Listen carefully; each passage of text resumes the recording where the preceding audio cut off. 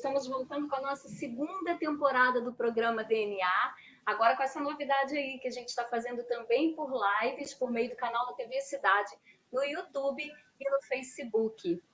Para quem não conhece o nosso programa ele tem como objetivo compartilhar experiências de profissionais e empreendedores que têm carreiras bem-sucedidas a partir da quebra de paradigmas, a partir de um novo padrão de modelo mental. E a gente está aí vivenciando esse momento, né, de crise, de isolamento social. Então, a nossa segunda temporada do DNA vai tratar de como profissionais estão se superando e se reinventando durante esse período. E para a gente começar a conversar sobre o assunto, eu hoje vou estar recebendo uma profissional da saúde. Ela é fonoaudióloga, clínica e educacional, é especialista em voz e linguagem e também tem formação na área de avaliação e intervenção de transtorno de aprendizagem e neuroaprendizagem. Eu estou tendo a honra de receber Thaís Braga, que é minha irmã, né? Eu estou tendo uma imensa honra de receber, mas a Thaís vai estar aqui com a gente, não é porque é minha irmã, né? Mas ela, como muitas pessoas, vem rompendo paradigmas, vem se superando para uma nova atuação, né, nesse formato de teleatendimento. Thaís, seja bem-vinda, sinta-se em casa. Muito obrigada, uma honra fazer parte desse momento com você. Eu queria, Thaís, vamos começar, eu queria que você se apresentasse um pouquinho para as pessoas, né? Então, fala um pouquinho da tua carreira profissional antes da gente migrar para a reinvenção agora. Então, vamos lá. Eu sou fonoaudióloga já há 18 anos, com atuação na área clínica e educacional, ininterruptos, né? Ao longo desses 18 anos aí, eu estou firme na clínica e há aproximadamente 16, 17 atuando em escola como fonoaudióloga educacional. E ao longo da minha carreira fui sempre tendo a necessidade, vendo a necessidade de atualização constante, né, muitas mudanças na área da fonoaudiologia, um crescimento absurdo em relação à profissão enquanto ciência mesmo. Então, eu fui fazendo as minhas formações ao longo dos anos de acordo com as necessidades, né, de acordo com o direcionamento mesmo que a minha carreira foi tomando. E, assim, exerço a minha profissão com muita vontade, com muito amor, com muita dedicação e, assim, não me vejo realmente fazendo outra coisa senão a fonoaudiologia. E, por acaso, deve ser, assim, o que faz uma enorme diferença na hora de ter que se reinventar, né, Thaís? Sim, exatamente. O amor e a entrega, de fato, né, faz a gente estar um pouco mais disposta a tanta transformação, né? Como é que você compartilha com a gente os desafios relacionados aí a esse momento do isolamento social? Como que isso tem impactado, né, no novo formato? Porque a gente sabe que a fonoaudiologia tem muitas particularidades, né? Então, eu queria que você abrisse para a gente, assim, nesse contexto, né, quais são as particularidades, os impactos mesmo na fonoaudiologia. Inicialmente, inclusive, assim, eu acho que é interessante a gente comentar isso, que o Conselho Federal de Fonoaudiologia, se não foi o primeiro, foi um dos primeiros conselhos a se pronunciar em relação à adesão à modalidade online no período aí de crise, né, no período do start realmente dessa pandemia no nosso país. E, inicialmente, foi uma autorização para os meses de março e abril, exatamente compreendendo esse momento aí de pico, exatamente por entender que os processos de intervenção, eles não podem ser interrompidos, né? Isso compromete realmente o ganho dos pacientes em relação aos seus resultados, isso impacta significativamente no desenvolvimento de muitas crianças, de muitos indivíduos, vamos colocar indivíduos de uma forma geral, e entendendo a necessidade de continuidade disso, o Conselho fez essa proposição.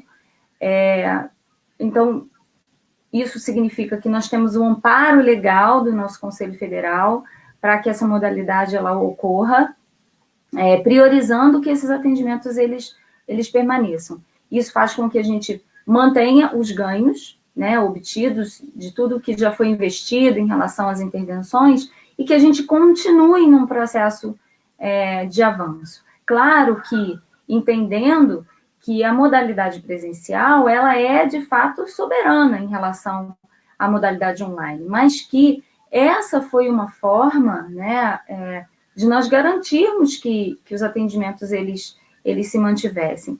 E de uma forma responsável, ou seja, não é simplesmente para a gente manter a nossa atividade profissional pura e simplesmente, mas tendo a certeza de que isso gera um resultado para os pacientes, com toda certeza. Uhum. E você tocou num ponto muito importante, né, Thaís? Porque, assim, as pessoas estão muito inseguras em relação ao que de fato é necessário e o que é um apelo para que não haja uma perda financeira, né? Porque há essa preocupação, as pessoas estão inventando produtos e situações também para se salvarem financeiramente. E que não é Sim. a questão da fonoaudiologia, né, Thaís? É uma questão de continuidade terapêutica, a grande importância, né? Eu acho que isso é importante destacar. Com certeza. A gente tem uma questão crucial, que se chama desenvolvimento. E a gente tem o que a gente chama dentro do desenvolvimento também das janelas de oportunidade. Quando a gente fala de um desenvolvimento de um indivíduo, e aí a gente pode falar especificamente da criança, por exemplo, a gente tem uma perda muito significativa quando esse processo ele é interrompido. E aí, como recuperar esse tempo perdido? Né? Isso é muito complicado. Nós temos, falando do adulto, nós temos, por exemplo, em profissionais da área de voz, que é uma das minhas especialidades, nós temos o que, dentro da ciência do esporte, né, vamos dizer assim, nós temos o que a gente chama de destreino, ou seja, a nossa musculatura ela é adaptável às demandas às quais elas são exigidas. Então, se a gente tem um atleta, vamos colocar um atleta para exemplificar de uma forma melhor, depois trazendo isso para a fonoaudiologia. O atleta, se ele está em pleno treinamento, em pleno condicionamento funcional, ele tem uma condição de um funcionamento, ele vai ter uma performance de uma forma.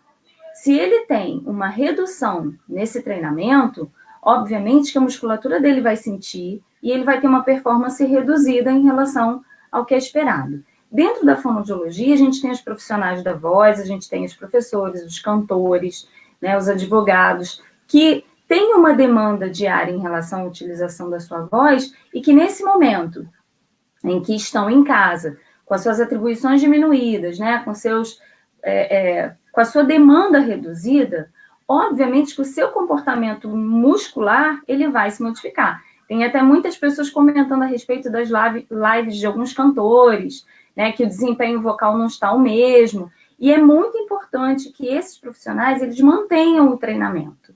E a manutenção dos acompanhamentos fonoaudiológicos permite isso, que esse cantor, que esse professor, ele permaneça com um condicionamento vocal adequado, para no momento em que ele tiver que retornar à demanda dele pesada do dia a dia, ele não vivencie os prejuízos desse tempo parado.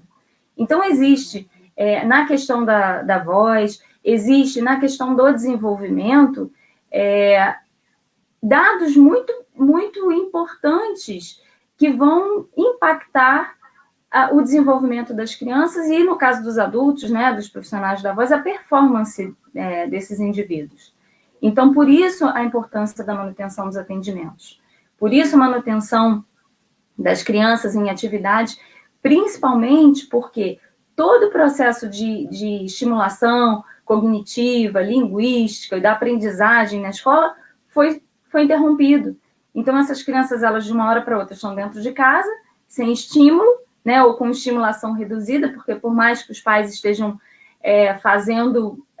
desempenhando papéis e de uma forma muito bem, por sinal, né, a gente sabe que não tem a mesma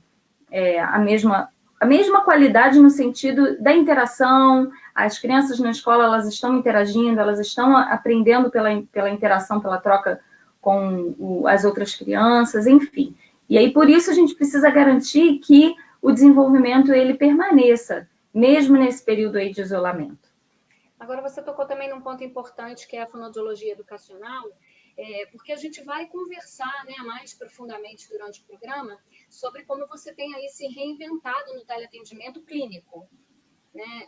Há alguma alternativa, ou já se pensa nas alternativas na tua atuação educacional? Porque você atua em algumas escolas, né? Quer dizer, a escola está pensando nisso também? Também existe uma remodelagem nesse sentido, já ou não? Sim, com certeza. Na verdade, o que acontece? A atuação do fonoaudiólogo educacional, ele é com a equipe técnica, obviamente que dentro da escola, com as crianças, na questão do rastreio, né, da proposta de uma atuação através de rastreio com as crianças de desenvolvimento, mas principalmente com a equipe técnico-pedagógica, para trazer ferramentas que possam auxiliar nesse processo de aprendizagem e potencializar realmente todo esse processo de aquisição e desenvolvimento de leitura escrita, né, principalmente, voltado realmente para as questões de aprendizagem. Então, nesse momento, o fonoaudiólogo ele é um profissional extremamente importante para que, juntamente com a equipe técnico-pedagógica, possa criar estratégias de atuação mais assertiva. E aí, não somente com as crianças, com todas as crianças, com o grupo classe, digamos assim, mas com as crianças também que requerem uma atenção especial, né? Com as crianças que estão em situação de inclusão. Então, nós podemos trazer muitas ferramentas, contribuir, e esse é o nosso papel, enquanto fonoaudiólogo educacional, contribuir para esses processos de aprendizagem, para que, em meio a tudo isso, as crianças elas tenham acesso a uma informação de qualidade e para que possam se desenvolver da melhor forma. Né? Então, o ideal é que esse profissional ele esteja mais atuante ainda nesse momento. Uhum. A gente vai fazer uma pausa, bem rapidinho, tá? A gente volta em instantes. Eu quero aproveitar e falar que as pessoas que estão nos acompanhando pelas lives podem fazer interação, podem fazer sua pergunta. À medida do possível, a gente vai contribuindo. Então, também tem esse formato aí, essa possibilidade da gente interagir mais com as pessoas e Thaís poder estar respondendo também algumas questões. São só alguns instantes. Coronavírus, o que você precisa saber e fazer. Antes de compartilhar mensagens de saúde, confirme se elas são verdadeiras no canal de WhatsApp Saúde Sem Fake News. Siga as orientações do Ministério da Saúde pelo site saude.gov.br/coronavírus. Então, Thaís, vamos continuar aqui. Eu queria que você contasse para a gente um pouquinho como foi a tua transformação, né, durante esse período, né? Eu sei particularmente que você passou por algumas resistências, alguns conflitos, e eu acho muito importante porque as pessoas precisam entender que todo profissional está passando também por dificuldade nas suas quebras nas suas rupturas, nas suas novas construções. E eu sei que foi uma pessoa que rompeu isso e precisou romper muito rápido, né? Eu acho que isso pode ser de enorme contribuição para as pessoas que ainda estão travadas, que ainda têm receios. Então, conta um pouquinho como é que foi esse teu processo, né, de migração e de aceitação para o teleatendimento. Não foi fácil, né? Inicialmente não foi nada fácil. Eu estava trabalhando na quinta-feira, até quinta-feira no consultório, e de repente saiu aí a determinação do Conselho de Fonoaudiologia sobre a necessidade de fechamento das clínicas, consultórios, e aí de quinta para segunda-feira eu tive que adaptar todo o meu funcionamento, até porque eu sou uma profissional que evito levar tantas questões tecnológicas para o atendimento em si, em razão a gente vê que as crianças elas já estão muito expostas à questão tecnológica, né? Tem crianças que ficam expostas muito tempo e a gente sabe que isso gera um impacto no desenvolvimento da linguagem. E aí eu opto, até pela minha formação, por uma estimulação mais pautada no brincar, no brinquedo mesmo.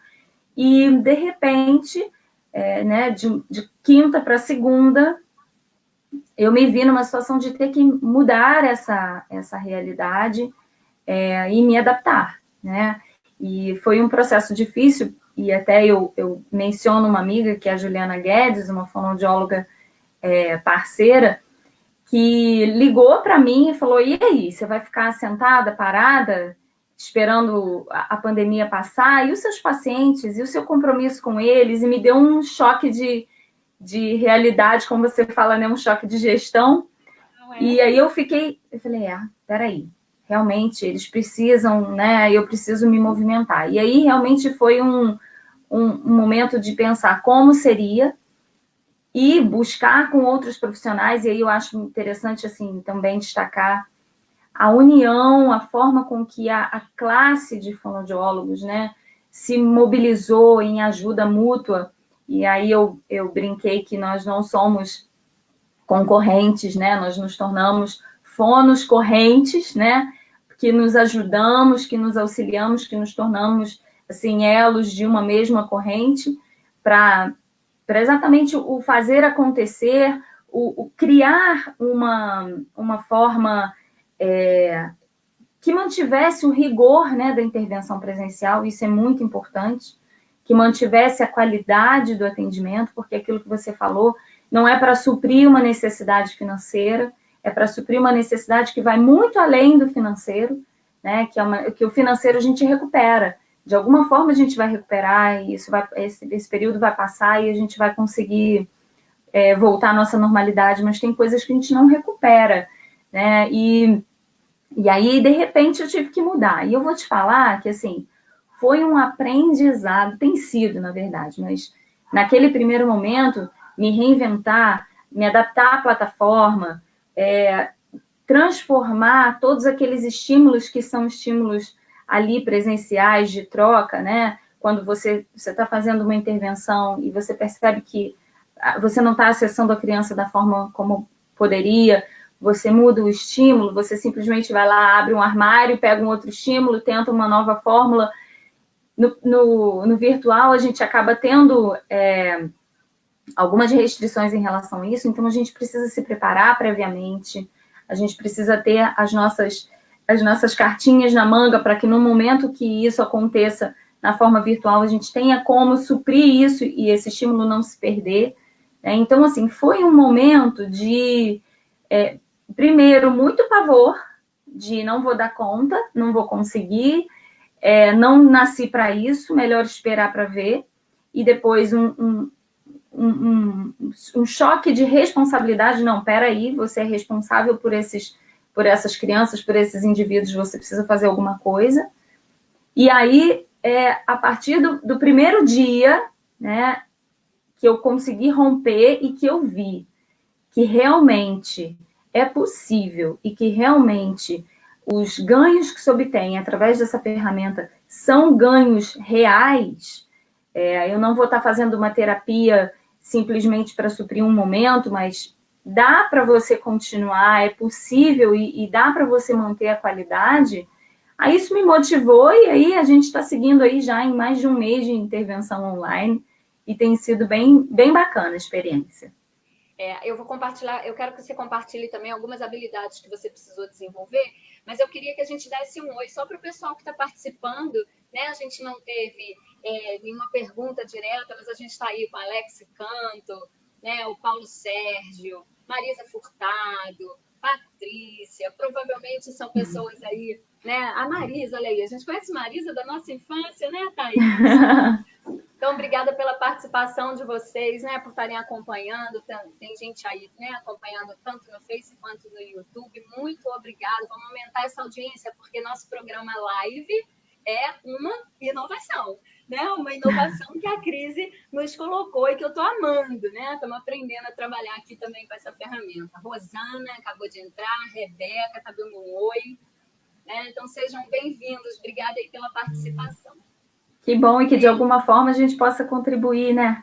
Não é? E é para isso que a gente está aqui mesmo, para contribuir, né? Para ajudar as pessoas nesse processo de transformação. Já era uma proposta anterior do programa e ele se torna mais pertinente, eu acho, hoje. Sim. Né? Em que as pessoas estão vivenciando tantos conflitos internos mesmo. Thaís, além, né, de toda a necessidade de preparo, de revisão metodológica,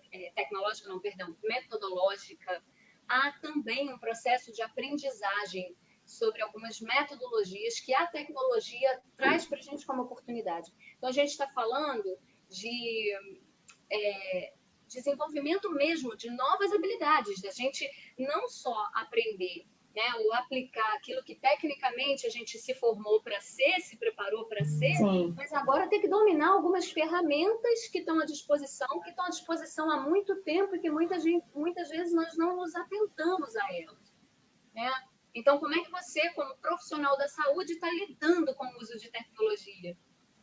Então, como eu te falei que, assim, a tecnologia era utilizada, obviamente, sempre foi, mas de uma forma muito superficial na minha prática profissional, eu acho que primeiro, assim, a primeira questão que eu tive que resolver é que plataforma eu vou utilizar, que plataforma vai ser, vai permitir que eu exerça a minha função da melhor forma possível.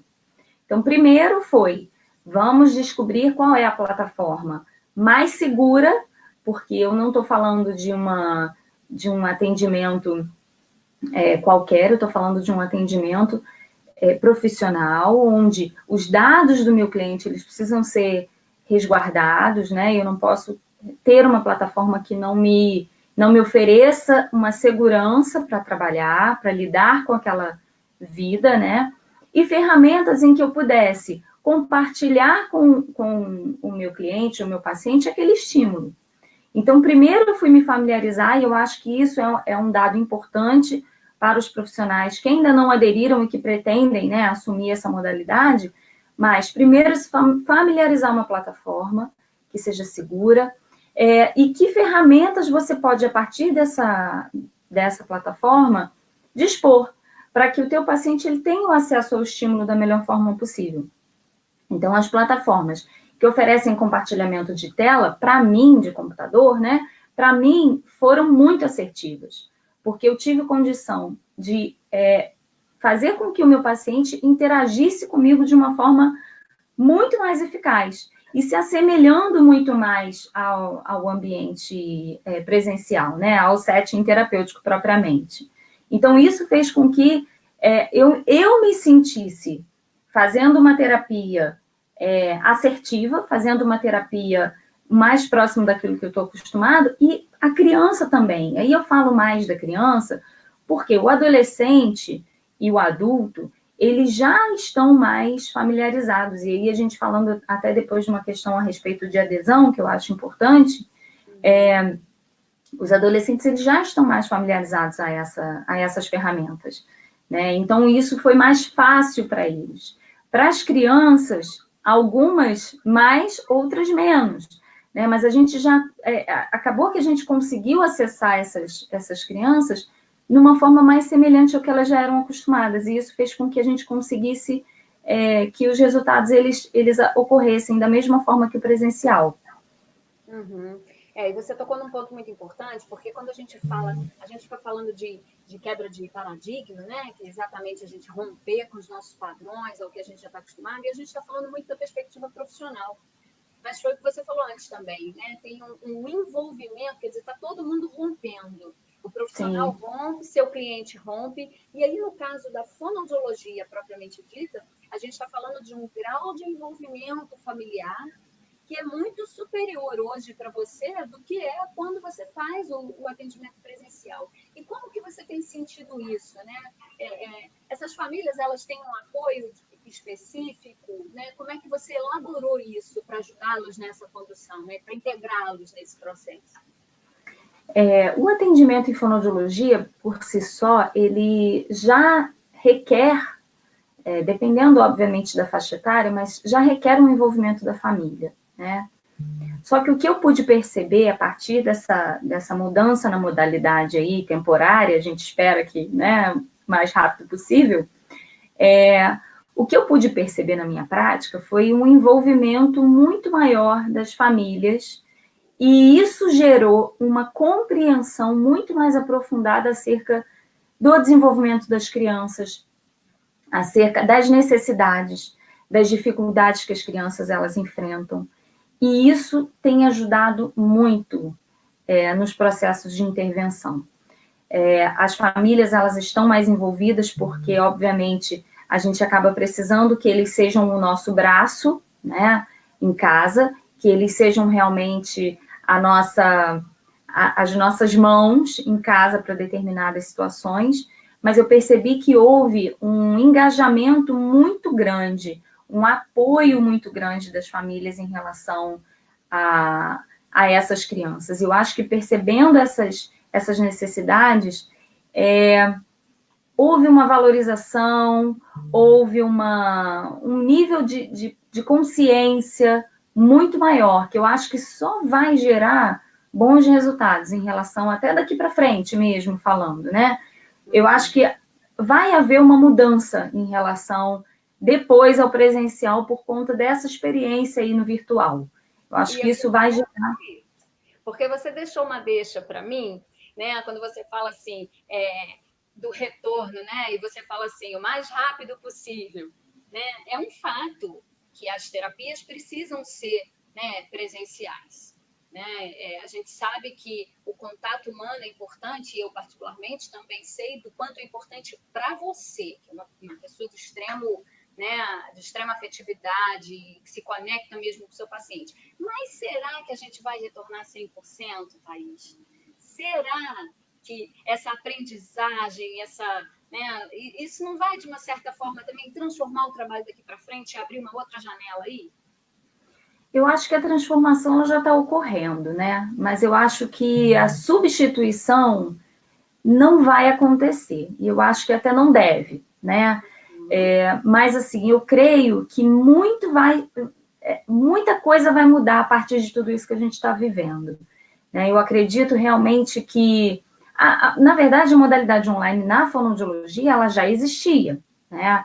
Isso a gente vê também na psicologia, né? Mas, obviamente, que de uma forma muito inferior em relação ao presencial. Mas eu acho que isso vai abrir uma possibilidade para... Até uma amiga fonoaudióloga compartilhou que ela se mudou recentemente de cidade e ela foi contactada por uma paciente da cidade interior. Falou, olha, a minha filha não está se adaptando à fonoaudióloga que ficou substituindo, e já que está fazendo virtual, vamos manter com você?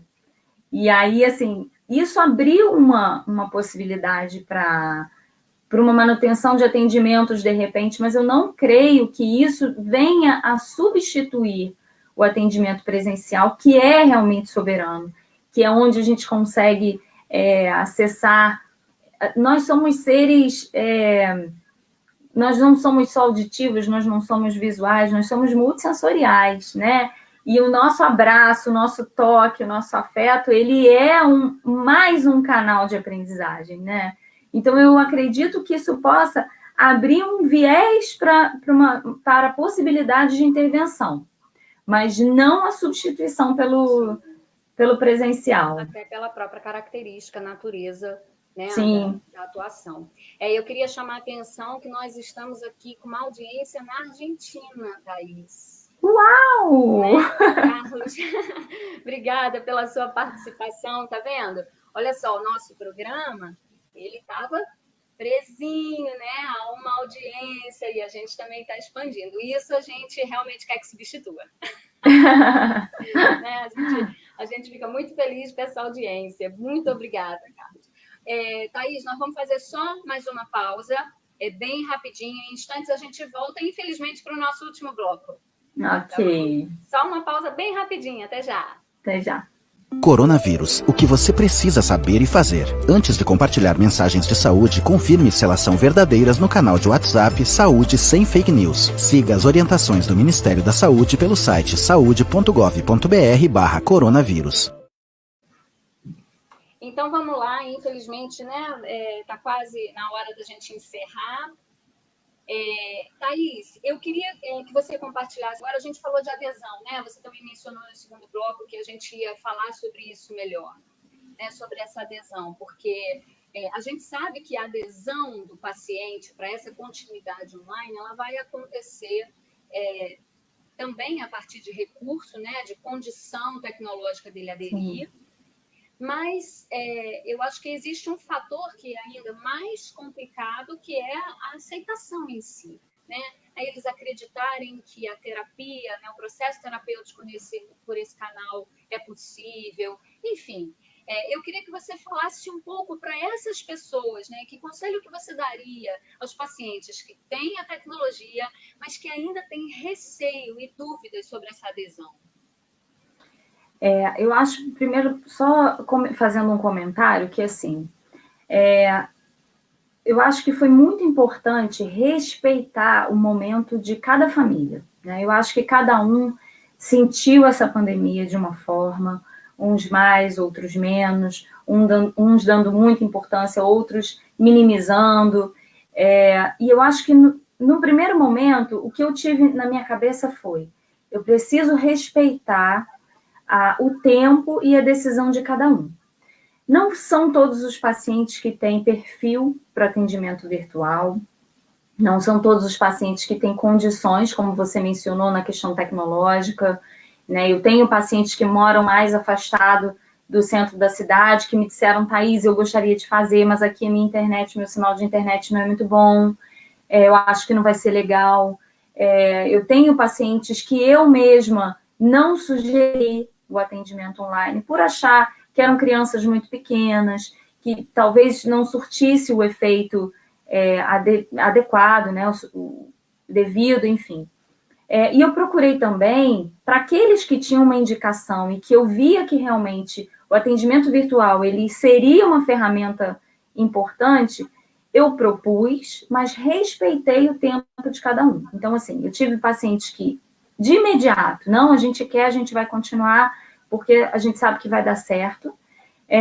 Também, a todo momento, eu busquei deixar esses pacientes à vontade, no sentido, faz uma sessão, vê como é que você vai se sentir, o que, que você vai achar, e se você não se sentir à vontade, a gente interrompe sem problema algum. Agora, o que, que eu percebi também? Que, por exemplo, num primeiro momento, alguns não aceitaram. E com o passar do tempo, ou seja, com as incertezas em relação ao retorno para a modalidade presencial, alguns pacientes foram ligando e foram aderindo. Olha, realmente, eu estou com medo disso demorar muito, ou olha, eu vi que você está fazendo, eu vi que está funcionando, e a gente quer tentar. Então, foi havendo uma modificação nesse comportamento também das famílias com relação ao atendimento online. Eu acho que a divulgação disso e o fortalecimento que a classe trouxe em relação a essa forma, né, a manutenção desse rigor, né, das estratégias, fez com que isso se tornasse algo de credibilidade. E aí algumas famílias foram aderindo depois, né? Algumas famílias, assim como algumas famílias, eu tive um caso específico em que eu vi que não estava funcional, e eu falei: não, vamos fazer o seguinte, vamos suspender, porque eu acho que, assim, a gente está enfrentando um momento em que as mães, de repente, se viram, né? Nós todos saímos de uma rotina de trabalho e, de repente, a gente teve que ficar em casa, fazer as tarefas de casa, dar suporte aos nossos filhos na questão escolar, né? Então, eu acho que, para algumas pessoas, mais a modalidade online na fonoaudiologia seria mais uma informação, uma tarefa, mais uma carga para a família dar conta. Né? Então, muitas crianças, por exemplo, que são menores, em que a gente precisa manter o estímulo, a gente passa algumas atividades para serem realizadas em casa, e as famílias estavam se sentindo muito sobrecarregadas. Então, eu acho que nesse processo, a palavra-chave é compreensão mútua, né, com relação a todo esse momento, e empatia mesmo, para que a gente possa se colocar realmente no lugar do outro e ver aquilo que ele é capaz de realizar. Porque o fazer por fazer não tem sentido, né? E o objetivo é que a gente se mantenha parceiro, né? Nesse processo e na pós-pandemia. Porque nós vamos chegar a esse momento da pós-pandemia, se Deus quiser, né? Então, esse momento de compreensão precisa acontecer para que realmente a gente possa manter a nossa relação com as nossas famílias aí, com os nossos pacientes. Sim. Agora, e da mesma forma, né, é uma via de mão dupla, né? Da mesma forma que os pacientes são respeitados nessa forma de adesão aí, muitos profissionais também ainda não deram conta de aderir, né, Thaís? Então, eu queria que você pudesse falar para os seus colegas agora, né? O que você diria aos seus colegas de profissão que ainda estão com dificuldade de aceitar, que ainda estão com dificuldade de romper? Porque talvez você tenha aí uma dica, né, na virada da chave aí, que possa contribuir para essa retomada deles também. O que eu falo é o seguinte, assim, se eu conseguir, outras pessoas conseguem. Com todas as minhas resistências tecnológicas, com tudo... Porque a Thaís é bem mais nova do que eu, mas ela é bem mais, né, conservadora, né, Katia? Bastante.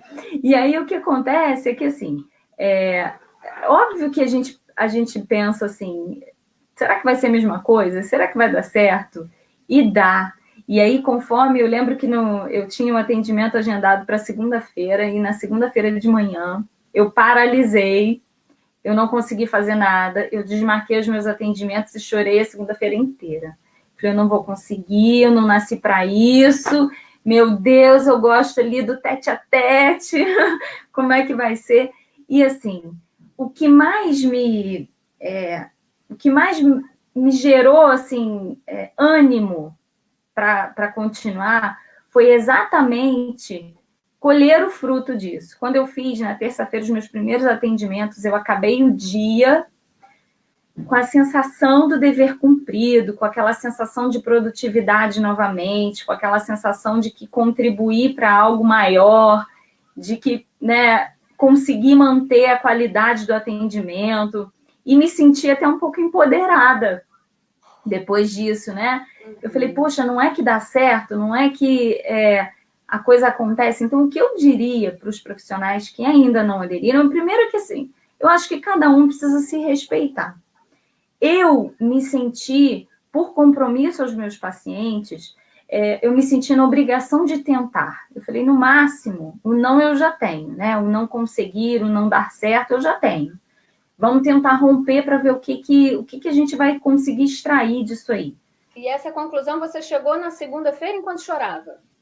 Na verdade, na terça-feira, depois que eu fiz os atendimentos, que eu olhei para o meu marido e... O que fez fazer o atendimento, então? A responsabilidade. A responsabilidade, o compromisso com aqueles que acreditaram em mim, aqueles que aderiram de pronto quando eu ofereci. Né? Então, eu falei, caramba, eles confiaram mais em mim do que eu em mim mesma? Como é que é isso? Não combina. E aí eu falei, não, eu vou encarar e eu vou dar o meu melhor. Confesso para você que é uma modalidade muito mais cansativa, que demanda muito mais trabalho, embora as pessoas achem que não. Mas é tudo pensado, organizado previamente, para envio de materiais, para que as famílias elas possam ter acesso ao estímulo. Né? Então, assim, foi realmente um reinventar-se, completamente. Né? Então, assim, aquilo que você tem enquanto insight durante a terapia, você precisa já ter previamente isso planejado. Então, isso demanda do profissional um nível de organização, um nível de planejamento prévio muito maior. Porque não dá para você lidar com o imprevisto como você lida na clínica presencial. E é muito importante até a gente destacar isso, que existe uma diferença entre um produto digital, que é escalável, né, e um atendimento, um produto que nesse momento, um serviço, né, que nesse momento precisa ser executado remotamente. Então, o atendimento remoto, ele é um atendimento individualizado, né? Cada paciente, ele tem um perfil, ele tem um tratamento, né? Uma forma de condução, um método diferente, que é muito diferente dos infoprodutos, como a gente fala. Né? Sim. Que a gente envelopa e dispara para a internet para consumo. Não é isso que está acontecendo. Não, de jeito nenhum. Né? Deixar claro. O critério, e como eu falei já, o critério, o rigor, eles precisam ser os mesmos. Então, a individualidade, a manutenção dos objetivos terapêuticos, tudo aquilo que foi traçado, ele precisa ser cumprido da mesma forma. Então, o que eu envio para um paciente não vai ser o mesmo material que eu vou enviar para outro. O PowerPoint que eu crio para uma criança, para uma estimulação de linguagem, de fala, é totalmente diferente do PowerPoint para outro paciente. Então, isso tudo demanda muito tempo. Então, na verdade, a gente teve aí, eu particularmente tive uma adesão de 30% dos meus clientes, né? 35%. Só que eu hoje me sinto num volume de trabalho igual aos 100% que eu atendo no consultório. Porque exatamente toda essa questão prévia, né, tudo que antecede o atendimento virtual, dá tanto trabalho quanto o atendimento presencial. Então, acho que isso precisa ser, inclusive, reforçado, porque as pessoas... eu não tive nenhuma questão na valorização do trabalho virtual, mas algumas colegas relataram isso. Mas o valor é o mesmo, eu cobro menos. Não, na verdade, o seu trabalho é até um pouco maior. Seu trabalho até por conta de tudo isso que antecede, né? É o momento prévio e o momento do atendimento em si, que às vezes a conexão cai, então o tempo que você leva no presencial, às vezes, é menor, acaba sendo menor do que o virtual, porque a conexão, porque a criança levanta e sai, e aí você precisa tentar controlar esse ambiente, então a sessão que leva 40 minutos, 45 leva 1 hora, e por aí vai. São os desafios que a gente vai vencendo realmente. Gente, quem conhece o nosso programa sabe que a gente sempre faz um infográfico, né, com as principais lições aprendidas durante a nossa entrevista.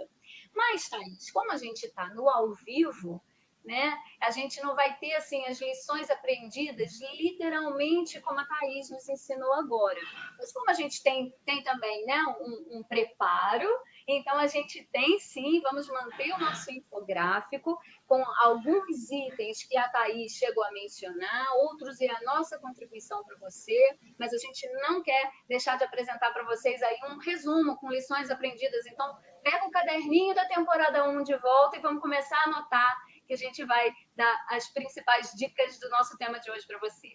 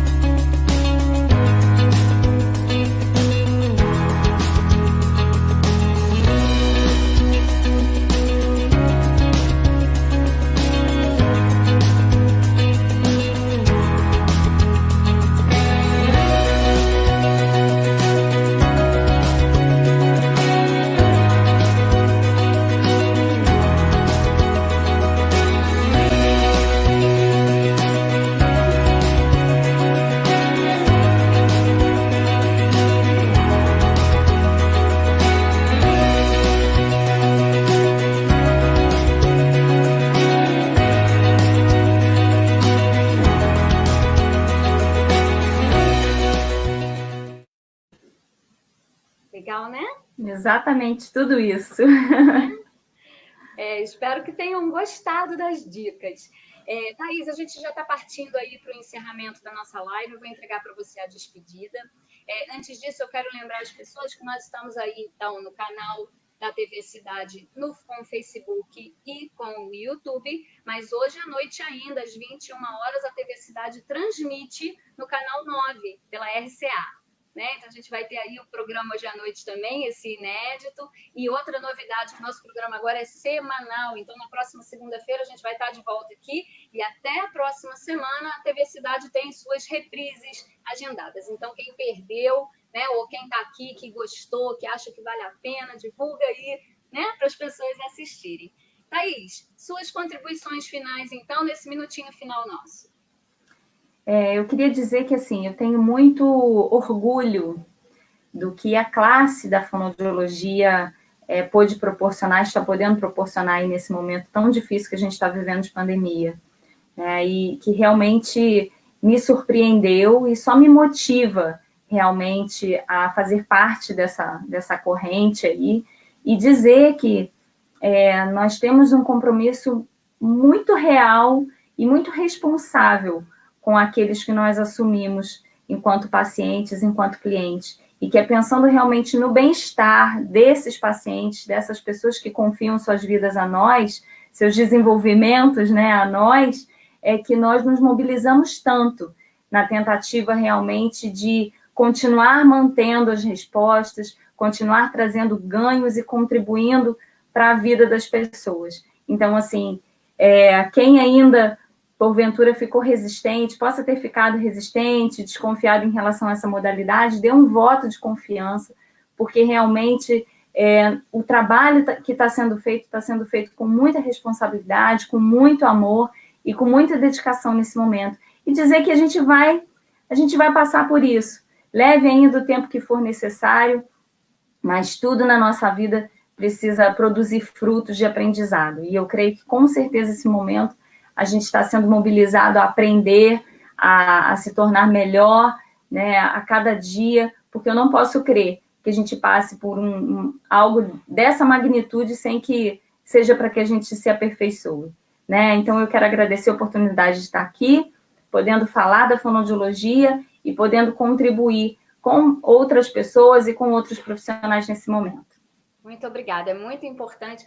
Gente, aí, lógico, a gente vai conduzindo o programa com profissionalismo, mas não tem como no final, né, não dizer, coisa mais linda, admiro demais, né? A minha irmã, ela não está aqui por ser minha irmã, eu volto a dizer, de fato, é um profissional extremamente competente, que tem histórias de superação verdadeiras para compartilhar. Obrigada, Thaís, por ter topado esse desafio. Te amo. O primeiro programa da nossa segunda temporada. Uma honra. Obrigada, gente. Obrigada pela audiência de vocês. Então, não esqueçam, segunda-feira que vem já tem mais, às 10 da manhã, ao vivo, e voltando para a TV Cidade com os programas inéditos às 9 da noite. Obrigada, até lá.